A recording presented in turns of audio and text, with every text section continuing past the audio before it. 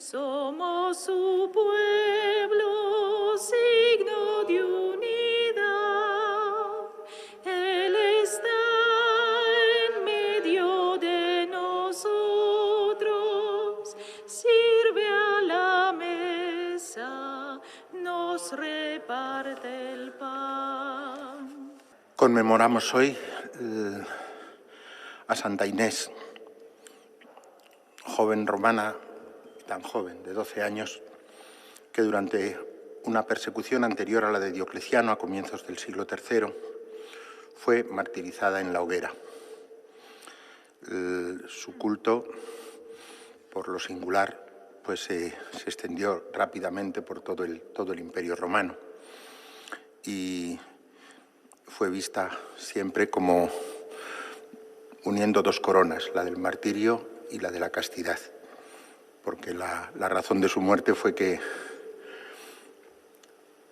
ella se había consagrado al Señor y no quiso aceptar el novio que su padre la proponía, así de sencillo, que eran los padres quienes en el Imperio Romano decidían sobre las bodas iba a decir de sus hijas, pero normalmente de su hija, porque de las niñas que nacían en las familias romanas solo se conservaba una, ¿no? A las demás se les quitaba la vida después de nacer. Para que nos demos cuenta que el mundo en que vivimos pues es el mundo humano, que hasta en las épocas que consideramos más grandes pues eran sumamente crueles. En el nombre del Padre, del Hijo y del Espíritu Santo. La paz esté con vosotros. Hermanos, antes de celebrar los sagrados misterios, reconozcamos humildemente nuestros pecados. Yo confieso ante Dios Todopoderoso y ante vosotros, hermanos, que he pecado mucho de pensamiento, palabra, obra y omisión, por mi culpa, por mi gran culpa. Por eso ruego a Santa María siempre Virgen, a los ángeles, a los santos y a vosotros, hermanos, que intercedáis por mí ante Dios nuestro Señor. Dios Todopoderoso tenga misericordia de nosotros, perdone nuestros pecados y nos lleve a la vida eterna. Señor, ten piedad. Señor, ten piedad. Cristo, ten piedad. Cristo, ten piedad. Señor, ten piedad. Señor, ten piedad. Oremos. Dios Todopoderoso y Eterno, que eliges lo débil del mundo para confundir a los fuertes, concédenos en tu bondad a cuantos celebramos el nacimiento para el cielo de tu mártir Santa Inés, imitar su constancia en la fe. Por nuestro Señor Jesucristo, tu Hijo, que vive y reina contigo en la unidad del Espíritu Santo, y es Dios por los siglos de los siglos. Lectura de la carta a los Hebreos.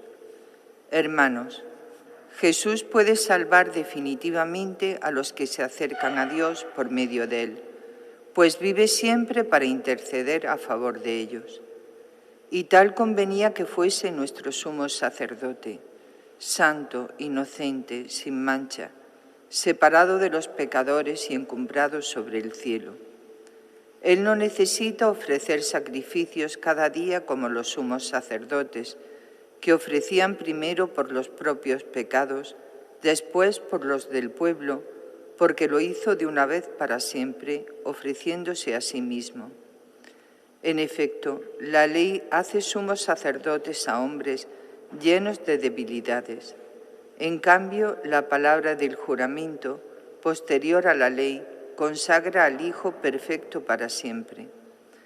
Esto es lo principal de todo el discurso.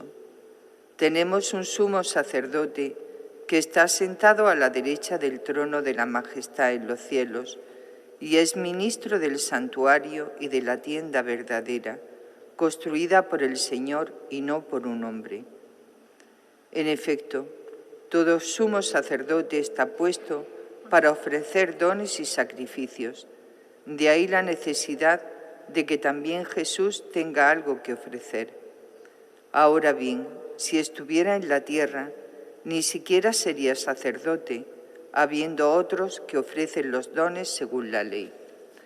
Estos sacerdotes están al servicio de una figura y sombra de lo celeste, según el oráculo que recibió Moisés cuando iba a construir la tienda.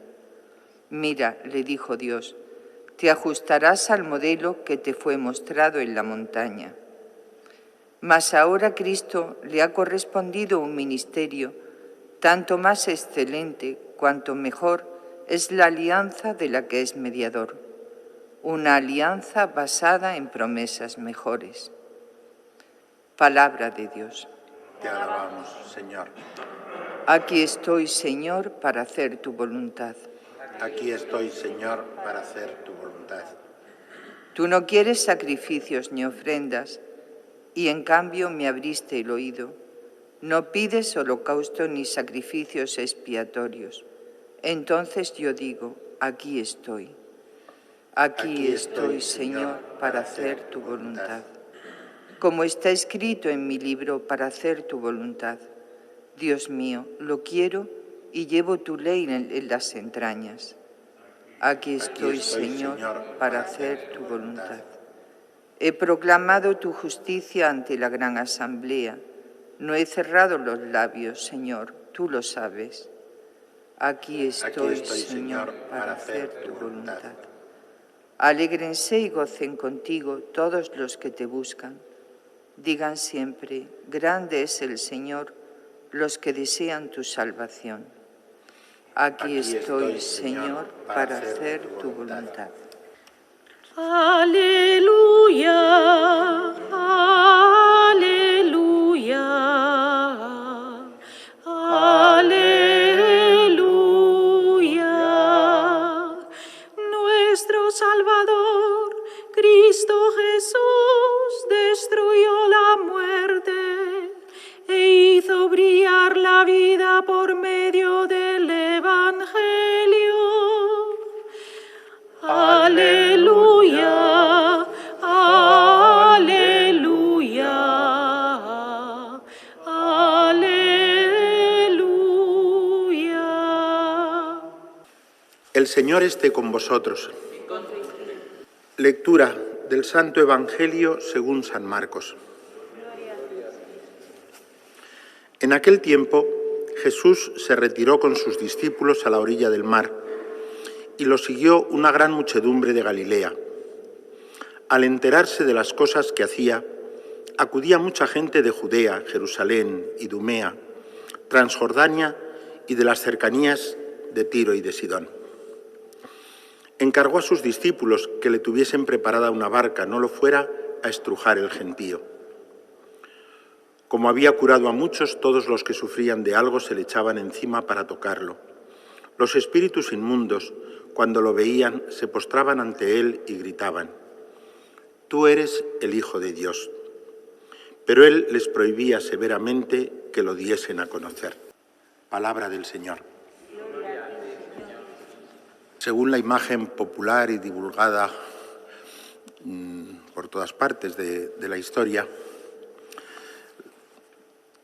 en Occidente lo que ha existido siempre es la familia patriarcal y el reconocimiento de la dignidad de la mujer pues es un fenómeno reciente, vinculado pues, a los movimientos revolucionarios del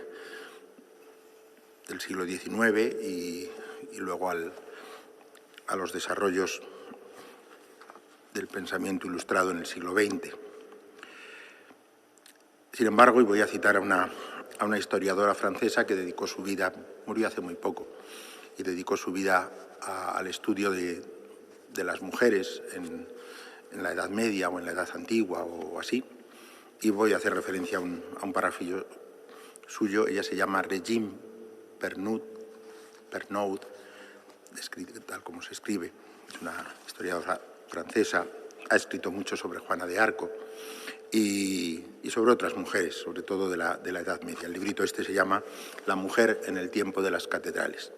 Y ella nota, al comienzo, que mirando en el Petit Larousse, el diccionario francés estándar que toda familia en Francia tiene, los nombres de mujeres que se citan para los siglos II y III de nuestra era, se encuentran, en primer lugar, muchas más mujeres que hombres en la lista de figuras o personajes del siglo II y III.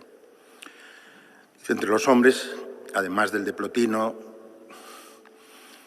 de Orígenes y de un jefe galo, el diccionario no menciona más que al de San Sebastián, que celebrábamos ayer. Sin embargo, nombra 21 mujeres, entre ellas Zenobia, la reina de Palmira, una reina de una ciudad en un oasis de Siria que se rebeló contra el Imperio Romano y fue aplastada por las tropas romanas después, y Faustina, la mujer del emperador Antonino. Dice, las otras 19 son santas, mujeres que la Iglesia ha elevado a los altares. Esta abundancia de nombres femeninos que han subsistido para el gran público, en el sentido de que todo el mundo en Francia tiene, repito, en la casa los niños, los adolescentes, el Petit Larousse, ¿no? como el diccionario de referencia.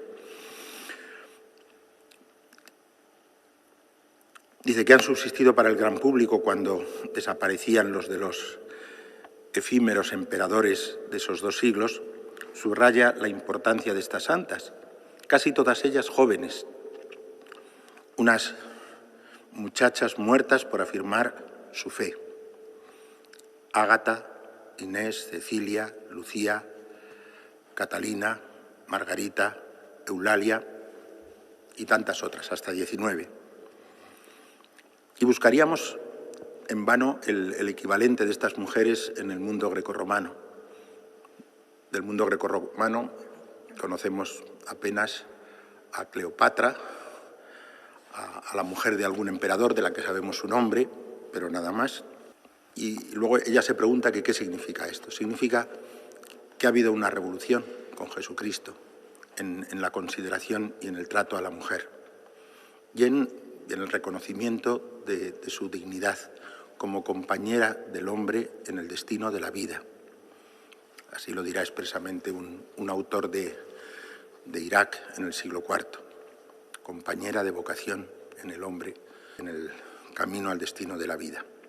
Pero es verdad, en el Imperio Romano las esclavas, por supuesto, no existían para la ley romana. Sencillamente no existían. Pero en las familias libres había 2 rasgos que, uno ya lo he señalado yo al principio, y es que si el que nacía en una familia era varón, los varones se conservaban todos porque eran útiles para el ejército y para las instituciones del Estado. Si eran mujeres, se conservaba solo a la primogénita. Y los padres tenían el jus gladi, es decir, el derecho sobre la vida y de la muerte de sus hijas. Eso nos choca en un mundo que llamamos clásico y que admiramos por sus esculturas y por su arquitectura y por su arte. Pero la vida cotidiana en el Imperio Romano no era tan bella como eran sus esculturas. Y el otro derecho que tenía el paterfamilias era que decidía el esposo para su hija, para la que había conservado. Y algunas de estas santas, ciertamente Santa Inés, fue martirizada a instigación y a instancias de su propia familia por la sencilla razón de que se le quiso buscar un esposo, o se le asignó un esposo, y ella dijo que ella se había desposado con Jesucristo y que ese era su esposo y que no iba a renunciar ni a su fe ni al esposo que ella había elegido. Y prefirió morir a manos de su propia familia con 12 años que renunciar al esposo que ella había elegido. Yo creo que eso constituye verdaderamente una consideración de la mujer que era inimaginable en la historia del mundo grecorromano. El origen de esa realidad está en el Evangelio. El trato de Jesús a la adúltera, que según la ley judía estaba condenada a morir apedreada, aunque la pregunta que le hacen a Jesús, quienes se lo preguntan, tiene mucho que ver también con las posibilidades que tenía el pueblo judío de infligir una pena de muerte o no. Por lo tanto, tenía mucha carga política la pregunta, pero el trato que Jesús hace a aquella mujer, o el trato de Jesús a la samaritana, con la que el pueblo judío, con el pueblo judío no se hablaba para nada, y a quien Jesús revela la profundidad de su misterio con una hondura que casi no volvemos a encontrar después en el Evangelio, hasta la confesión de Pedro, cuando le pregunta ¿quién decís que soy yo?, ¿no? Poco más, ¿no? Y que se convierte en apóstol, de ser una mujer que ha vivido probablemente maltratada, no es que fuera una mujer promiscua o así, a lo mejor la habían desechado o repudiado 5 hombres diferentes y por lo tanto era víctima de muchos malos tratos, ¿no? De ser una mujer probablemente maltratada, a ser la primera apóstol de Jesucristo en una zona semipagana como era Samaria. Simplemente que seamos conscientes de ello, ¿no? Que seamos conscientes y que mantengamos una mirada crítica sobre los clichés que se nos venden como si fueran la historia verdadera, y son construcciones que no resisten el menor análisis crítico. Para los cristianos, la primera cristiana de Europa era Lidia, en los Hechos de los Apóstoles, que forzó a Pablo y a Silas a entrar en su casa y a hospedarse en su casa, ¿no? Y muchos más detalles. La evangelizadora de Georgia, en el Cáucaso, fue una esclava griega que una de las incursiones que los pueblos del Cáucaso, que eran parecidos a los hunos, más bien bárbaros para la consideración de los griegos, pues en una de las razias que habían hecho en Capadocia se la habían llevado consigo. Y esa esclava, con motivo de una enfermedad que tiene el hijo del rey, que no son capaces de curar pues los funcionarios reales o los médicos reales, la familia que la tenía le dice: aquí hay una esclava que reza a otro Dios diferente, a lo mejor ella puede rezar y ser el instrumento de la curación de tu hijo. Y el rey la mandó llamar, ella oró y el hijo se curó. Y entonces ella dijo el rey le dijo: ¿qué tengo que hacer? Dice: vamos a hacer una iglesia. Y aquella esclava construyó la primera iglesia. Y aquella esclava escribió al emperador Constantino para decirle: aquí hay un pueblo que está dispuesto a hacerse cristiano, pero no tenemos sacerdotes. ¿Podríais mandarnos algún sacerdote? Una esclava le escribe a un emperador diciéndole, y ella es Santa Nino, la santa evangelizadora de Georgia, un pueblo que se ha mantenido cristiano desde el siglo III hasta hoy, a pesar de haber vivido 100 años dentro de la Unión Soviética. Te damos gracias, Señor, porque somos hijos de una historia preciosa, con muchos pecados en esa historia, pero donde abundó el pecado también ha sobreabundado la gracia. Y somos hijos de un pueblo de santos y de santas, preciosos, de los que nos renegamos, y no solo nos renegamos, sino que le damos muchas gracias a Dios, porque esos son nuestros padres, esa es nuestra tradición. Le presentamos al Señor nuestras súplicas por nosotros, por nuestra Iglesia y por nuestros hermanos los hombres. Por la Iglesia, para que se sienta fortalecida con el testimonio de los mártires, roguemos al Señor. Te rogamos, óyenos. Por nuestro pastor y obispo Javier, para que sea colmado de la sabiduría y fortaleza del Espíritu Santo, y su palabra y predicación así lo manifiesten, roguemos al Señor. Te rogamos, óyenos. Para que en el mundo crezca la paz, la libertad y la justicia, y se superen las divisiones y las rivalidades entre los pueblos, roguemos al Señor. Te rogamos, óyenos. Por los perseguidores de la Iglesia, para que la sangre de los mártires les haga obtener la conversión y puedan unirse a ellos en el reino eterno, roguemos al Señor. Te rogamos, óyenos. Por los que sufren por el nombre de Cristo vejaciones, injurias, humillaciones, torturas, Para que la fuerza del Señor les dé valor en su tribulación, roguemos al Señor. Te rogamos, óyenos. Por nosotros, para que el testimonio de Santa Inés y los demás mártires nos reconforte en las pruebas de cada día, roguemos al Señor. Te rogamos, óyenos. Para que nuestros hermanos difuntos, víctimas del coronavirus, todos cuantos han muerto en estos días de pandemia, y todos los difuntos, vivan felices junto a Dios para siempre, y sean iluminados por la gloria divina. Roguemos al Señor. Te rogamos, óyenos. Escucha, Padre Santo, las súplicas de tu familia, que te presentamos por tu Hijo Jesucristo, nuestro Señor. Bendito seas, Señor Dios del universo, por este pan fruto de la tierra y del trabajo del hombre, que recibimos de tu generosidad y ahora te presentamos. Él será para nosotros pan de vida. Bendito seas por siempre, Señor. Bendito seas, Señor Dios del universo, por este vino fruto de la vid y del trabajo del hombre, que recibimos de tu generosidad y ahora te presentamos. Él será para nosotros bebida de salvación. Bendito seas por siempre, Señor. Orad, hermanos, para que este sacrificio mío y vuestro sea agradable a Dios, Padre Todopoderoso. El Señor reciba de tus manos este sacrificio para alabanza y gloria de su nombre, para nuestro bien y de toda su santa Iglesia. Señor, ofrecemos gozosamente este sacrificio, con el que, recordando la victoria celestial de Santa Inés, proclamamos tus maravillas y nos alegramos de obtener su gloriosa intercesión. Por Jesucristo nuestro Señor. Amén. El Señor esté con vosotros. Y con tu espíritu. Levantemos el corazón. Tenemos levantado hacia el Señor. Demos gracias al Señor nuestro Dios. Es justo y necesario. En verdad, es justo y necesario.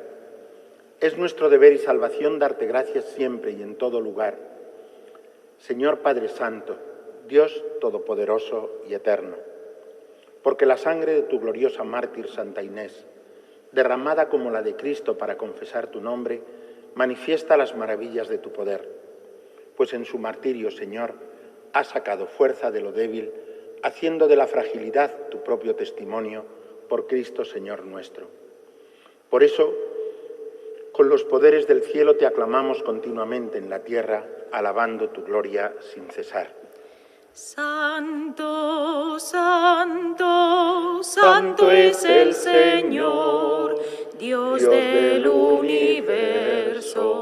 Llenos están el cielo y la tierra de tu gloria. Hosana en el cielo, bendito el que viene en nombre del Señor. Hosana en el cielo.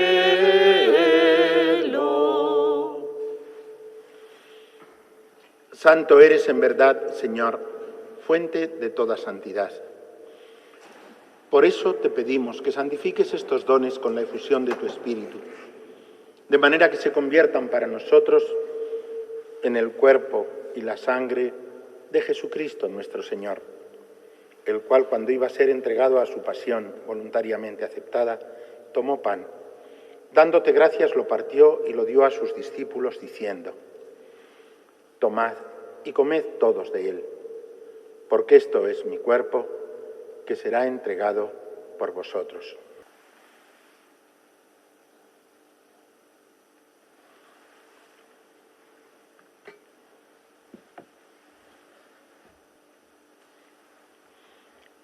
Del mismo modo, acabada la cena, tomó el cáliz y, dándote gracias de nuevo, lo pasó a sus discípulos, diciendo: Tomad y bebed todos de él, porque este es el cáliz de mi sangre, sangre de la alianza nueva y eterna, que será derramada por vosotros y por muchos para el perdón de los pecados.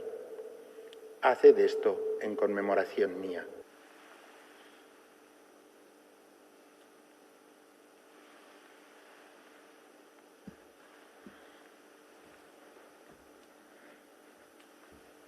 Este es el sacramento de nuestra fe. Anunciamos tu muerte y proclamamos tu resurrección. Ven, Señor Jesús.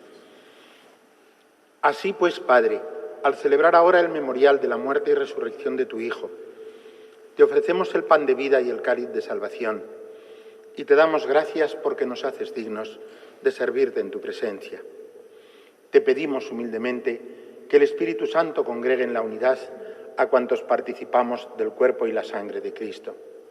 Acuérdate, Señor, de tu Iglesia extendida por toda la tierra, y con el Papa Francisco, conmigo, indigno siervo tuyo, y todos los pastores que cuidan de tu pueblo, llévala a su perfección por la caridad. Acuérdate también de nuestros hermanos que durmieron en la esperanza de la resurrección, y de todos los que han muerto en tu misericordia. Admítelos a contemplar la luz de tu rostro. Ten misericordia de todos nosotros, y así con María, la Virgen Madre de Dios, los apóstoles y cuantos vivieron en tu amistad a través de los tiempos, merezcamos por tu Hijo Jesucristo compartir la vida eterna y cantar tus alabanzas. Por Cristo, con Él y en Él, a ti, Dios Padre Omnipotente, en la unidad del Espíritu Santo, todo honor y toda gloria por los siglos de los siglos. Amén. Fieles a la recomendación del Salvador y siguiendo su divina enseñanza, nos atrevemos a decir: Padre nuestro que estás en el cielo, santificado sea tu nombre. Venga a nosotros tu reino. Hágase tu voluntad en la tierra como en el cielo. Danos hoy nuestro pan de cada día. Perdona nuestras ofensas, como también nosotros perdonamos a los que nos ofenden. No nos dejes caer en la tentación y líbranos del mal. Líbranos de todos los males, Señor, y concédenos la paz en nuestros días, para que, ayudados por tu misericordia, vivamos siempre libres de pecado y protegidos de toda perturbación, mientras esperamos la venida gloriosa de nuestro Salvador Jesucristo. Señor Jesucristo, que dijiste a tus apóstoles: la paz os dejo, mi paz os doy. No tengas en cuenta nuestros pecados, sino la fe de tu Iglesia. Y conforme a tu palabra, concédele la paz y la unidad. Tú que vives y reinas por los siglos de los siglos. Amén. Que la paz del Señor esté siempre con todos vosotros. Nos damos la paz como nos es posible dárnosla en este tiempo. Cordero de Dios, que quitas el pecado del mundo, ten piedad de nosotros.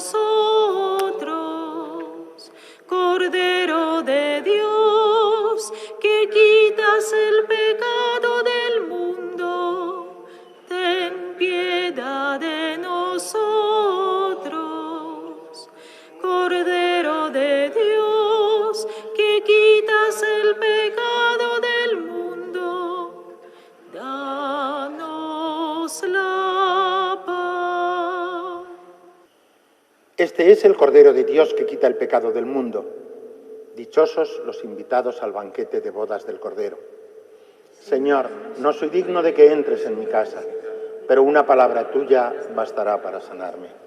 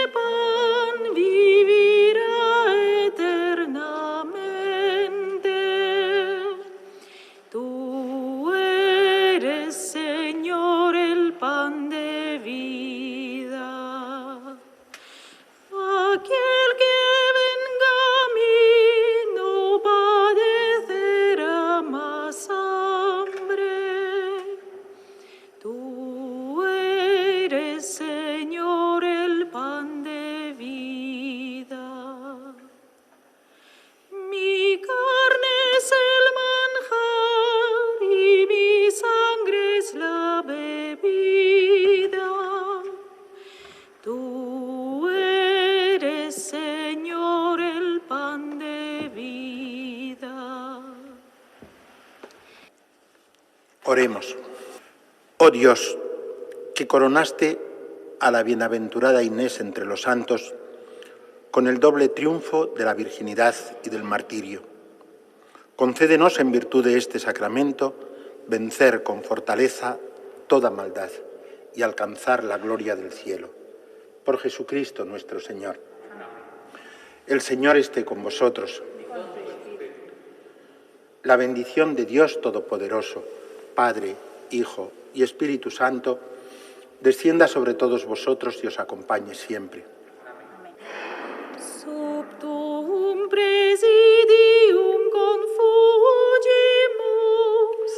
Sancta Dei Genitris, nostras deprecationes, ne despicias in necessitatibus, sed a periculis contis, libera nos semper.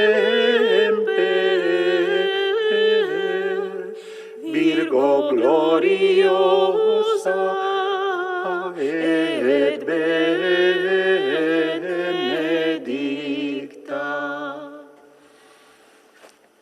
Que la presencia del Señor llene de gozo vuestro día. Podéis ir en paz.